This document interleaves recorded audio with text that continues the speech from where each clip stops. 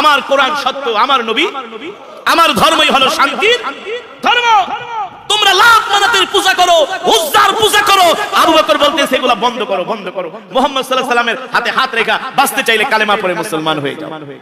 মক্কার যুবকেরা এই কথা বলার পরে সাইয়েদনা আবু বকর বলে, যুবকেরা তোমরা আমার উপর যদি জুলুম করো, নির্যাতন করো, তাতেও আমি সত্য কথা বলবো, তোমরা কালেমা পড়ে মুসলমান হয়ে যাও। কিছু যুবক বলে, আবু বকর আপনাকে ভালো মনে করেছিলাম, আপনি মুরব্বী মানুষ, এই কারণে আপনাকে সম্মান করি, কিন্তু আপনি আমাদের ধর্মের বিরুদ্ধে কথা বলতেছেন, আমাদের লাত মানাত উজ্জার বিরুদ্ধে কথা বলতেছেন, আপনাকে আর ছাড় দেওয়া যাবে না।